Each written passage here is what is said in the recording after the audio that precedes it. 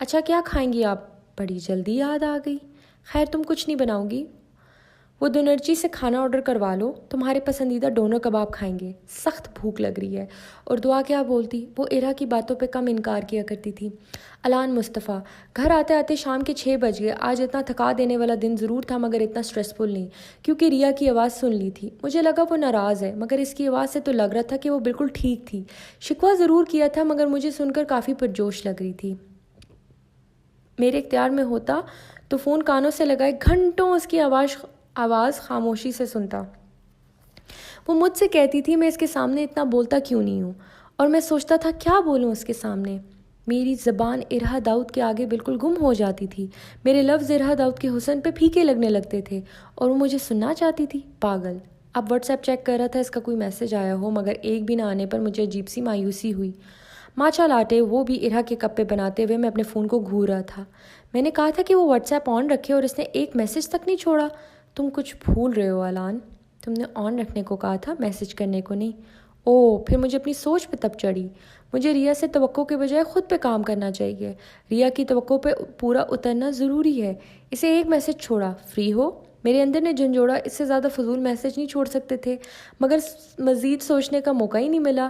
جب ایک ٹک دیکھ کر اب میں سچ مچ ساخت ہو گیا۔ اب تک بلاک ہوں؟ یہ لڑکی کرنا کیا چاہ رہی ہے؟ کیوں مجھے ٹارچر کر رہی ہے؟ ایک تو اس سے دوری مجھے اندر ہی اندر خالی کر رہی ہے، اوپر سے رابطہ بھی نہیں ہو۔ تو میں کیا کروں گا؟ میرا کیا مقصد اس دنیا میں؟ گہرا سانس لے کر میں نے خود کو ٹھنڈا کرنے کے لیے کپ اپنے لبوں سے لگایا اور ماچا لاٹے اپنے حلق میں اتاری۔ Call me a psychopath, but this time this tastes better than ever۔ شاید ریا کی کپ کا کمال تھا، اس کی خوشبو، اس کے ہونٹوں کا اثر۔ رک جاؤ، میرے اندر کے ضمیر نے میرے حیوان کو زور سے دھکا دیا۔ ہوش کے ناخن لو، وہ میرے لیے محترم ہے، میری عزت ہے، میری پاک محبت، نہ کہ میں اس کے لیے ایسی بکواس سوچوں۔ 5 سالوں سے میں خود سے لڑتے لڑتے تھک چکا ہوں، لیکن نہ میری بری سائڈ باز آ رہی ہے، نہ میری اچھی سائڈ تھک رہی ہے فولاد کی دیوار بنتے بنتے۔ فون اور کپ کو پکڑے میں لاؤنج کی طرف آیا اور صوفے پہ بیٹھا۔ کیا کروں اب؟ کیسے رابطہ کروں؟ گھر کے فون پہ کال کروں؟ آنٹی رمشا فون اٹھائیں گی؟ ان کو تو ویسے ہی اعتراض نہیں ہوتا، اور سکندر بھابھی گھر پہ نہیں ہے۔ صبح ایک لمحے کے لیے واقعی فریز ہو گیا تھا جب فیبی نے بتایا کہ کسی کاپو کی کال آئی ہے۔ میں نے کہا اب یہ کیا مجھ سے چاہتے ہیں؟ شاید سالگرہ کی مبارک دے رہے ہوں۔ میری مرنے کی دے سکتے ہیں، زندگی کی نہیں۔ میں ہنسا اپنی سوچ پر۔ اس کے بعد ایک عجیب سا خیال آیا، میں ریا سے بات نہیں کر پا رہا، ریا مجھ سے بات نہیں کر پا رہی، اور یہ سب ہوا بھی میرے سالگرہ سے 1-2 دن پہلے سے لے کر اب تک۔ کہیں اس کے پیچھے وہ نہیں جو میں سوچ رہا ہوں؟ ابھی سوچ کے کسی کو کال ملانے ہی لگا تھا جب میری نظر بے اختیار سامنے باکس کی طرف گئی جو کونے میں رکھ کر چلا گیا تھا ہاسپٹل۔ یہ تو چیک ہی نہیں کیا۔ کپ اور فون اپنی جگہ رکھ کر میں ہاتھ دھونے گیا اور واپس کینچی اور شاپر لے کر آیا تاکہ میں اس میں اتری ہوئی ٹیپ ڈالوں۔ میں نے گلوز پہن کر اس باکس کو کھولا۔ 10 منٹ وہ باکس کھلا تو دیکھا میری آنکھیں کھل گئی۔ اتنا بڑا ٹیلیسکوپ کس نے بھیج دیا؟ پاپا نے گاڑی نہ بھیجی ہوتی تو ان کی طرف دھیان جاتا، کیونکہ ان کے علاوہ کسی نے آج تک اتنا مہنگا تحفہ نہیں دیا۔ مگر دنیا سے باہر کے جہاں دیکھنے کا شوق تو براک کو بھی اتنا نہیں پتا تھا، پاپا تو دور کی بات ہے۔ مجھے ڈاکٹر بننے کا شوق ضرور تھا، مگر اسپیس اور ناسا میں بھی بہت دلچسپی تھی۔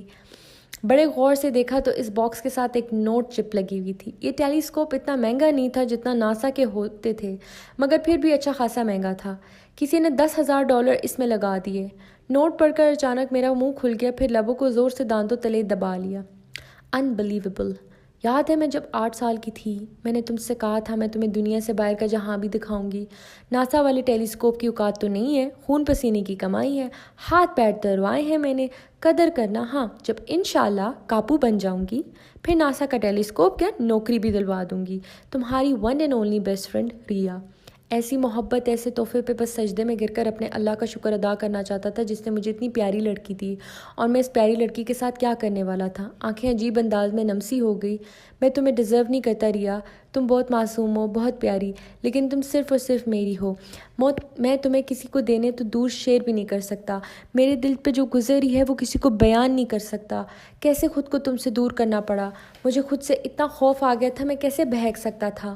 میں نمازی تھا، قرآن پاک روزانہ پڑھتا تھا، مذہب کے لحاظ سے میں اپنے بہن بھائیوں سے زیادہ اسپریچول تھا، تو پھر کیسے اپنے اوپر اختیار نہ رکھ سکا۔ اس دن مجھے اپنے آپ سے نفرت ہوئی۔ براک کم سے کم اس معاملے میں مجھ سے بہتر تھا۔ سکندر بھائی جو ڈرتے تھے ٹھیک ڈرتے تھے۔ اس چٹ نوٹ کو پکڑے میں نے اس کے الفاظوں کو 1000 بار پڑھا. میرا کے لیے جنونی تھا, خطرناک حد تک جنونی, اور اس سے پہلے میں اپنی جنونیت میں اس معصوم لڑکی کو نگل جاتا, مجھے ارہا داؤد سے دور رہنا بہتر سمجھا. جب تک اس کی تعلیم مکمل نہیں ہو جاتی میں اس کے پاس نہیں جاؤں گا. میں اب اس سے تب ملوں گا جب اس کے ساتھ میرا نام جڑ جائے گا. میں اپنی محبت کو اپنے اندر کے حیوان کو برباد نہیں کرنے دوں گا. اسٹکی نوٹ فریج کے ساتھ اچھی طرح چپکا کر میں نے واٹس ایپ کے بجائے ای میل کرنے لگا. السلام علیکم. آئی کانٹ بلیو اٹ ریا, تم پاگل ہو, بالکل پاگل. اتنا مہنگا تحفہ بھیجنے کی کیا ضرورت تھی؟ مجھے تو اول کچھ نہیں چاہیے تھا, اور اگر دینا ہی تھا تو بکس دے دیتی, ناسا اسپیس سے متعلق. اور اگر اتنا شوق تھا تو عام سا $100 یا $300 کا ٹیلیسکوپ لے لیتی. خیر بہت زیادہ کر دیا, بٹ تھینک یو سو مچ. یہ بہترین گفٹ میں سے ایک ہے. مجھے کب ان بلاک کرو گی؟ تمہارے جواب کا منتظر, تمہارا اچھا دوست ایلی. آئی ایم سو سوری پاپا, آپ کی بگاٹی سے زیادہ مجھے ریا کا تحفہ دل و جان سے پسند آیا ہے. میں اب اس کو کسی بچے کی طرح احتیاط سے سنبھالوں گا. یہ تحفہ ریا کے خون پسینے کی کمائی تھی. I love you Arha Dawood. بس تھوڑا سا انتظار جاری ہے. Oh my God, like I can't believe sometimes کہ میں الان کو لکھ رہی ہوں, لیکن جب میں اپنے ہیرو کریکٹرز کو لکھتی ہوں, ان کی شدت و دیوانگی کو, sometimes I just get mesmerize. مجھے لگتا ہے کہ وہ اصل میں ہیں, وہ ایگزسٹ کرتے ہیں, ان کی فیلنگ ایگزسٹ کرتی ہے, اور ان کی فیلنگ کو پڑھ کے میں گڈی فیل کرتی ہوں. اور مطلب میرے سب سے ٹاپ پہ پہلے مصطفیٰ تھا, پھر اس کی جگہ بھا نے لی, بٹ اب آہستہ آہستہ لگ رہا ہے کہ الان مصطفیٰ یہ جگہ لینے والے, کیونکہ اس کا انداز جو ہے وہ شدت پسند ہے ضرور ہے, but he has a poetic charm. اور میں اس کریکٹر کی ایک یہ الگ چیز ہے کہ ہی از آبزیسو, ہی از پوزیسو, لیکن یہ اپنے باپ اور ہونے والے سسر سے کافی منفرد اور کافی الگ ہے, کیونکہ یہ تھوڑا سا پوئٹک ہے, اس کو اپنے اوپر کنٹرول ہے, اختیار ہے. میرے نہیں خیال ہے کہ سکندر اور مصطفیٰ جو ہیں وہ اپنی لوڈ ون کے بغیر دور رہتے. اگر جنہوں نے ان کے ناولس پڑھے ہیں وہ ان سے ایک لمحہ بھی دور نہیں ہوئے تھے, کچھ عرصے کے لیے دور ہوئے تھے, بٹ ان کو وہ ڈیپلی افیکٹ کیا تھا. But Alan is just a sweetheart. تو خیر میں تو اپنی تعریف سے زیادہ اپنے کریکٹرز کی تعریف کرتی ہوں. اپنی تو مجھے اتنا نہیں شوق, لیکن مجھے اپنے کریکٹر سے محبت ہو جاتی ہے. مجھے کسی سے شاید اتنی محبت نہیں ہوتی جتنی اپنے کریکٹر سے ہوتی ہے, کیونکہ ان کے انداز کا محبت just make it feel real کہ یار یہ ایگزسٹ ضرور کرتے ہیں. تو خیر آگے جانتے ہیں کہ اس کی محبت کہاں تک آگے جائے گی. آئی نو آپ بہت انتظار کر رہے ہیں 2 بندوں کا. ایک تو ون اینڈ اونلی سکندر بھا, وہ آئے گا, اگلی قسط میں آ رہا ہے, اگلی قسط میں لازمی آ رہا ہے, اگلی قسط ہے ہی اس کی. یہ میں کوئی سسپینس نہیں چھوڑی, کچھ نہیں کر رہی, اگلی قسط ہے ہی سکندر بھا کی. اور الان اور ریا کی ملاقات کیسے ہوگی, وہ کس طرح ہوگی, وہ آپ لوگ گیسز لگائیں. I want you to know کہ ریڈرس کیا سوچ رہے ہیں, کیا کر رہے ہیں, کہ ان کی ملاقات کیسے ہوگی, کس طرح کی سچویشن کریٹ ہوگی. لیکن بڑے خاص طریقے سے ہوگی. تھوڑا سا بس صبر کر لیں, اور لائک اور کمنٹ اور شیئر کرنا مت بھولیے گا. آپ کی محبت سے ہی عرشقہ چلے گا, ورنہ مورل سپورٹ ڈاؤن ہو جائے گی. میں سچی بات ہے, ابھی تک اگر میں لٹرلی لکھ رہی ہوں, آپ کی سپورٹ بھی ہے, لیکن ساتھ میں الان مصطفیٰ کی محبت کی جو انٹینسٹی بڑھ گئی ہے نا, اس کی وجہ سے میں لکھتی جا رہی ہوں. چلیں باتیں تو ہوتی رہیں گی. آپ سب اپنا بہت خیال رکھیے گا. اللہ حافظ.